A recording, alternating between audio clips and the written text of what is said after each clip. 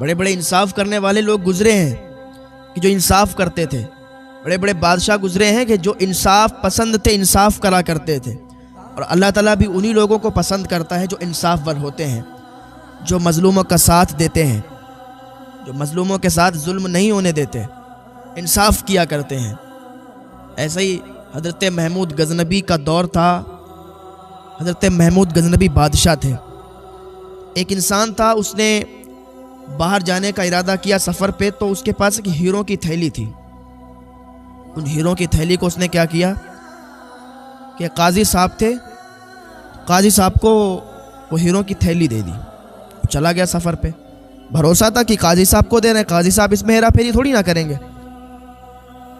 लेकिन अब किसके दिल में क्या है यार, हम थोड़ी ना जानते हैं। अल्लाह बेहतर जानता है, उसका रसूल जानता है किसका दिल कैसा है, किसके दिल में क्या है और कब किसका दिल बदल जाएगा। हम तो हर अच्छे आदमी पर भरोसा कर लेते हैं। अगर हमारी नज़रों के सामने वो अच्छा होता है तो हम कहते हैं यार अच्छा आदमी है, भरोसा कर लेते हैं। लेकिन उसका दिल कैसा है अल्लाह बेहतर जानता है। वो इंसान उसको थैली दे के चला गया।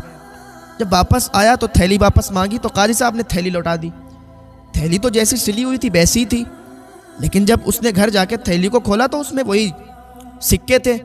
तो उसके कुछ समझ में नहीं आया। उसने कहा यार हमने तो इसमें हीरे जवाहरात रखे थे और काजी साहब को दिए, तब काजी साहब से वापस ली तो इसमें सिक्के। काजी साहब के पास गया, कहना काजी साहब हमने जब आपको थैली दी थी तो उसमें हीरे जवाहरात थे, और आपने जो मेरे को वापस किए ना इसमें सिक्के हैं। शायद आपसे गलती हुई है, शायद आप भूल गए हैं, आपने मुझे कोई दूसरी थैली तो नहीं दे दी। काजी साहब कहने लगे यार कैसी बात कर रहा है, जो थैली तुमने मुझे दी थी वही मैंने तुमको वापस की, देख लो इसकी सिलाई भी नहीं टूटी है, जो सिलाई थी वही सिलाई इसमें है। और सुल्तान महमूद गजनबी का दौर था। बादशाह जब इंसाफवर हो तो फिर इंसाफ में देर नहीं होती, इंसाफ करने में देर नहीं लगती। उसने कहा ठीक है कोई बात नहीं काजी साहब, हो सकता है मुझसे भूल हुई हो। गया सुल्तान महमूद गजनबी के पास और कहने लगा हजरत एक फैसला फरमा दीजिए।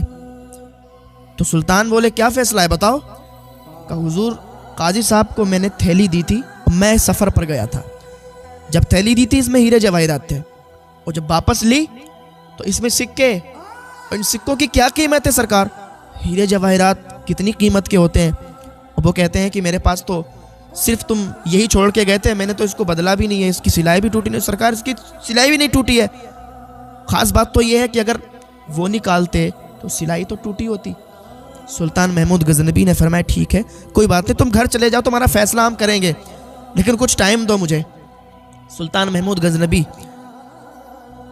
महल में सबको हुक्म दे दिया कि सब लोग यहाँ से चले जाओ, महल में मुझे कुछ देर तक अकेला छोड़ो। जहाँ पर आप बैठते थे लेटते थे अकेला सबने छोड़ दिया, सब चले गए। सुल्तान महमूद गजनबी ने एक छुरी मंगाई। छुरी मंगाने के बाद जहाँ पर आप लेटते थे ना उस बिस्तर को फाड़ दिया और फाड़ के चले गए। और कहा इसके अंदर कोई मत आना, सफाई वाला ही आ सकता है सिर्फ, और जो भी वहाँ पर कारकुनान है वो सिर्फ अंदर आ सकते, बाकी कोई ना आए।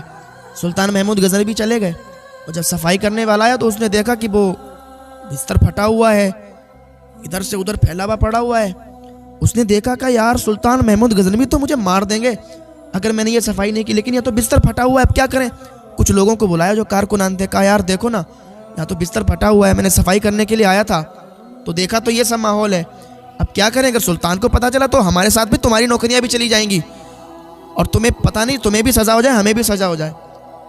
तो सज़ा के डर से बचने के लिए उन्होंने क्या किया कि उस सफाई वाले ने कहा कि तुम ऐसा किसी को जानते हो कि जो ये सिल दे और पता भी नहीं चले। तो वो कारकुनान थे उसमें से 2-3 बोले हाँ एक इंसान ऐसा है कि वो सिल देगा और पता भी नहीं चलेगा। कहा कौन है बुलाओ।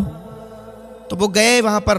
वो एक इंसान ऐसा था कि वो चीज़ों को सिल दिया करता था जिस तरीके से वो सिली हुई हुआ करती थी।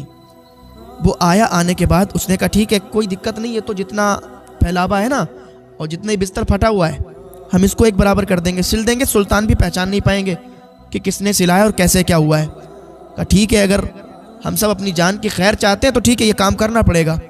उसने जल्दी जल्दी उसको सिल दिया, सिलने के बाद फिनिश कर दिया। सुल्तान महमूद गजनबी इतने में आ गए, देखा तो सुल्तान महमूद गजनबी ने सोचा कि यार हम तो इसको फाड़ के गए थे, इसको वैसे ही बिल्कुल 2 कॉपी सिल दिया। बुलाया सबको, भाई इधर आओ, यहाँ पर ये गद्दा ये फटा हुआ था, ये बिस्तर फटा हुआ था, किसने सिला इसको? कारकुनान कहने लगे सरकार ये फटा नहीं था, सही था, ऐसे ही था। सुल्तान महमूद गजनबी कहने लगे अरे भाइयों मैंने ही फाड़ा था, अब तो मुझे बता दो ये किसने सिला है। कहने लगे हमारे वहाँ पर एक है वो ऐसे सिल देता है कि पता ही नहीं चलता। कहा अच्छा उसको बुला के लाओ। वो आया, डर रहा था कहीं सुल्तान मुझे सज़ा ना दे। सुल्तान महमूद गजनबी ने कहा मैं ऐसे सज़ा नहीं देता हूँ, मैं किसी को ऐसे ही सज़ा का हुक्म नहीं सुनाता हूँ। मैं तुम्हारी कारीगरी से खुश हुआ कि तुमने ये काम किया, बहुत अच्छे, तुम में हुनर है वाकई। लेकिन मुझे ये बताओ जिस तरीके से तुमने ये गद्दा सिला है, जिस तरीके से तुमने ये बिस्तर सिला है, क्या इसी तरीके से तुमने वो थैली भी सिली थी? सच सच बता देना। जो थैली काजी के पास थी जिसमें हीरे जवाहिरात थे। वो डर के मारे कहने लगा सरकार मुझे माफ़ फरमाए, मुझे भी कुछ हीरे उन्होंने दिए थे और मैंने उनके कहने पर वो थैली वैसे की वैसे ही सिल दी थी, उनमें सिक्के डाल दिए थे। सुल्तान महमूद गजनबी ने फरमाया ठीक है तुम जाओ। सारे सबूत इकट्ठा कर लिए। सारे सबूत जब इकट्ठा हो गए, अच्छा आदमी होता है ना जब कोई गलती करता है फिर जल्दी मानता भी नहीं है। जब तक उसे सबूत ना दिखा दिए जाएं, जब तक उसे बता नहीं दिया जाए, जब तक नहीं मानता है। नहीं भाई मैंने किया ही नहीं ऐसा, मैं क्यों मानूं, मैंने तो किया ही नहीं है। अपनी जिद और अपनी अड़ पर लगा रहता है। फिर जब गलती सामने आती है तो फिर सर झुक जाता है। सुल्तान महमूद गजनबी ने काजी साहब को बुलाया। बुलाने के बाद काजी साहब से अकेले में, क्योंकि हज़रत अली का कौल है ना, अगर अकेले में कोई किसी को आप कुछ बात समझाएंगे तो वो समझ जाएगा, लोगों के दरमियान अगर आप समझाएंगे तो फिर वो समझेगा नहीं और बिगड़ जाएगा। सुल्तान महमूद गजनबी ने अकेले में बिठाल के काजी साहब से कहा काजी साहब आपसे कोई गलती हो गई है, आपको जो थैली दी गई थी ना उसमें हीरे जवाहिरात थे, आपने जो वापस की उसमें सिक्के थे, तो अगर कोई गलती हो गई हो, मिस्टेक हो गई हो तो फिर आप उसको भरपाई कर लो, और जो भी आपसे जुर्म हुआ है, गलती हुई है, कोई बात नहीं, हमारे तक और आप तक बात रहेगी, आप वो थैली हमें दे दो और वो हम उस इंसान को दे दें। काजी साहब कहने लगे सुल्तान कैसी बात करते हैं आप हम पर शक कर रहे हैं कि हम ऐसा कर सकते हैं? अच्छा आप बताइए कि हम ऐसा कर सकते हैं कि हम उसको दूसरी थैली दे दें, सिक्के दे दें, हीरे जवाहरात हम रख लें? क्या आपकी सोच ऐसा कहती है? सुल्तान ने कहा भाई हो सकता है कि आपसे गलती हो गई हो, ज़रा सोचें आप, हो सकता है कुछ हो गया हो। वो भड़क गए काजी साहब। लेकिन सुल्तान आप सही नहीं कर रहे हैं, आप मुझ पर इल्ज़ाम लगा रहे हैं, मैं नहीं मान रहा, मैंने तो ऐसा किया ही नहीं है। कहते हैं ना वो जब चोर आदमी होता है, जब उसकी गलती होती है तो वो मानता ही नहीं है, जब तक लोगों के दरमियान न आ जाए फिर शर्मसार हो जाता है, फिर लोगों के सामने उसका सर झुक जाता है। काजी साहब ने माना ही नहीं। सुल्तान महमूद गजनबी को गुस्सा आ गया, जलाल आ गया। ठीक है कोई बात नहीं, दरबार लगाया गया। सुल्तान महमूद गजनबी ने उनको पेश करने के लिए कहा गया। काजी साहब पेश किए गए। कहा काजी साहब आपने थैली से हीरे नहीं निकाले? कैसी बात कर रहे हैं बादशाह, मैंने नहीं निकाले, कितनी बार कहूं, मैंने नहीं निकाले।